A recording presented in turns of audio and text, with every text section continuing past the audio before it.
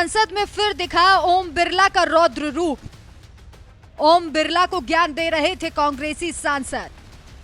भड़के स्पीकर ने 2 मिनट में चुप करा दिया। सलामतिया करो, चलो बेटो सलामतिया करो, चलो बेटो किस पे आपत्ति नहीं, सलामतिया करो, चलो बेटो। मोदी को सत्ता से हटाने का ख्वाब देखने वाला इंडिया गठबंधन मोदी को सत्ता से तो नहीं हटा पाया, लेकिन हाँ 240 सीटों पर जरूर समेट दिया। और अब इसी में अपनी जीत तलाश रही कांग्रेस को ये लगता था कि मोदी को बहुमत नहीं मिला, इसलिए उनकी सरकार के तेवर नरम पड़ जाएंगे। लेकिन मोदी सरकार तो लगातार तीसरी बार सत्ता संभालते ही जबरदस्त तेवर में नजर आ रही है, जिसका ट्रेलर संसद में देखने को मिला, जब स्पीकर की कुर्सी पर बैठते ही ओम बिरला ने विपक्ष की हेकड़ी निकालने में कोई कोर कसर नहीं छोड़ी।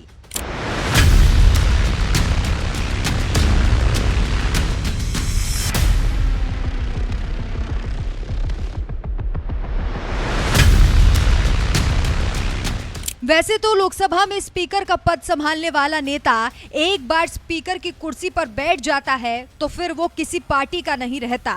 उसके लिए सत्ता पक्ष और विपक्ष दोनों एक बराबर होते हैं, लेकिन हकीकत में ऐसा नहीं होता। कहते हैं जिस पार्टी की सत्ता होती है स्पीकर का झुकाव उसी तरफ होता है। यही वजह है कि स्पीकर के पद को लेकर सत्ता पक्ष और विपक्ष के बीच खींचतान चलती है, और इस बार भी कुछ ऐसा ही हुआ था। लेकिन एनडीए के पास बहुमत होने की वजह से स्पीकर भी एनडीए का ही है। शायद यही वजह है कि संसद में अकड़ दिखाने वाले विपक्षी सांसदों की क्लास लगाने में स्पीकर ओम बिरला कोई कोर कसर नहीं छोड़ रहे हैं, जिसका ट्रेलर एक बार फिर से उस वक्त देखने को मिला जब 27 जून को कांग्रेस सांसद शशि थरूर सांसद पद की शपथ लेने आए। I, Shashi Tharoor, having been elected a member of the House of the People, do swear in the name of God that I will bear true faith and allegiance to the Constitution of India as by law established, that I will uphold the sovereignty and integrity of India, and that I will faithfully discharge the duty upon which I am about to enter. यहां तक तो ठीक था, जैसे शपथ लेनी चाहिए थी। शशि थरूर ने ठीक वैसे ही अपनी शपथ ली, लेकिन शपथ लेने के ठीक बाद उन्होंने जय संविधान बोल दिया, जबकि उनके हाथ में भी संविधान था और खुद भी वो संविधान की ही शपथ ले रहे थे। इसके बावजूद उन्होंने जय संविधान बोल दिया। जय संविधान।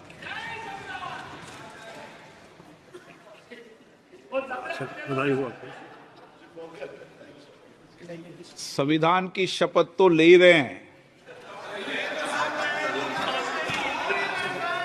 ये संविधान की शपथ है।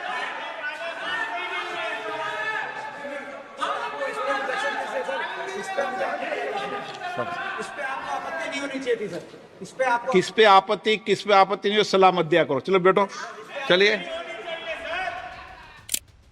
शशि थरूर के जय संविधान बोलने पर स्पीकर ओम बिरला ने मजाकिया अंदाज में आपत्ति जताई तो कांग्रेसी खेमे में बैठे सांसद दीपेंद्र हुड्डा बुरा मान गए और अपनी सीट पर ही खड़े होकर स्पीकर को नसीहत देने लगे।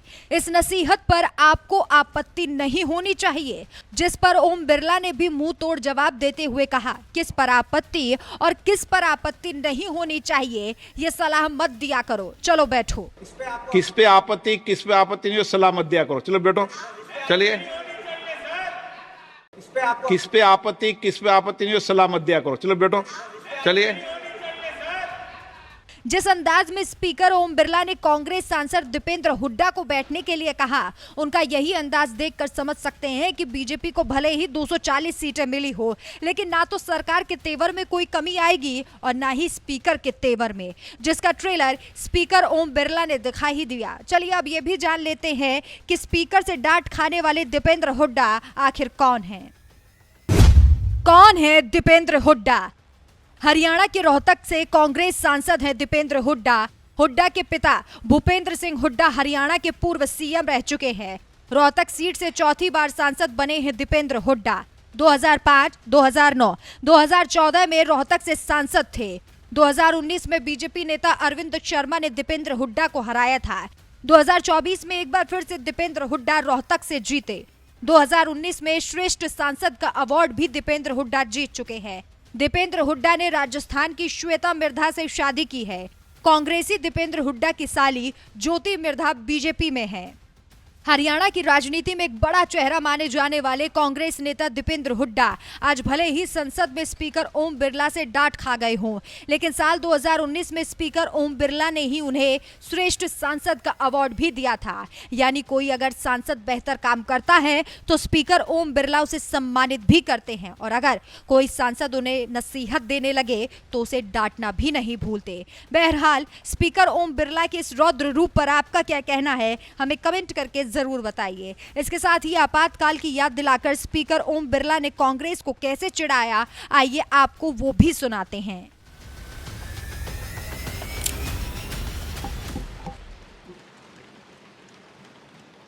माननीय सदस्यगण, ये सदन 1975 में देश में आपातकाल इमरजेंसी लगाने के निर्णय की कड़े शब्दों में निंदा करता है। इसके साथ ही हम उन सभी लोगों की संकल्प शक्ति की सराहना करते हैं जिन्होंने इमरजेंसी का पुनर्जोड़ विरोध किया, अभूतपूर्व संघर्ष किया और भारत के लोकतंत्र की रक्षा का दायित्व निभाया। भारत के इतिहास में 25 जून 1975 के उस दिन को हम हमेशा काले अध्याय के रूप में जाना जाएगा। इस दिन तत्कालीन प्रधानमंत्री श्रीमती इंदिरा गांधी ने देश में इमरजेंसी लगाई और बाबा साहब अंबेडकर द्वारा निर्मित संविधान पर प्रचंड प्रहार किया था। भारत की पहचान पूरी दुनिया में लोकतंत्र की जननी के तौर पर है। भारत में हमेशा लोकतांत्रिक मूल्यों और वाद संवाद का समर्थन हुआ, हमेशा लोकतांत्रिक मूल्यों की सुरक्षा की, उन्हें हमेशा प्रोत्साहित किया गया। ऐसे भारत पर श्रीमती इंदिरा गांधी द्वारा तानाशाही थोप दी गई, भारत के लोकतांत्रिक मूल्यों को कुचला गया और अभिव्यक्ति की आज़ादी का गला घोटा गया। इमरजेंसी के दौरान भारत के नागरिकों के अधिकार नष्ट कर दिए गए, नागरिकों से उनकी आज़ादी छीन ली गई। ये वह दौर था जब विपक्षी नेताओं को जेल में बंद कर दिया गया, पूरे देश को जेल खाना बना दिया गया। तब की तानाशाही सरकार ने मीडिया पर अनेक पाबंदियां लगा दी गई थी, न्यायपालिका की स्वतंत्रता पर अंकुश लगा दिया गया था।